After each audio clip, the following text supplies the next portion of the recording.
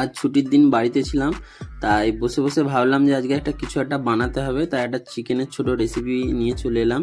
তো রেসিপিটার নাম কি আমি কিছু জানি না, আমার নিজের মনের মধ্যেই এলো, সেই জন্য আমি বানাতে শুরু করে দিলাম।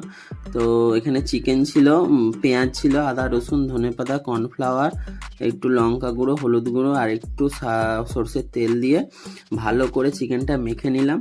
তারপর মেখে নেওয়ার পর চিকেনগুলো আস্তে আস্তে ছোট ছোট বল করে নিলাম। তারপর বল করার পর বলগুলো ব্রেড ক্রাফে একটু ভালো করে এদিক ওদিক করে লাগিয়ে কড়াতে ছেড়ে দিলাম। কড়াতে দেখতেই পাচ্ছ কেমন ভাজা হচ্ছে, আর ভাজার সাউন্ডটা তোমরা হয়তো পেয়েছো। তারপর দেখলাম লাল লাল যখন ভেজে কড়া থেকে উঠে আসে, মনে হচ্ছে ওই থালার মধ্যেই ঝাঁপ দিই, কিন্তু এখন তো খাওয়া যাবে না।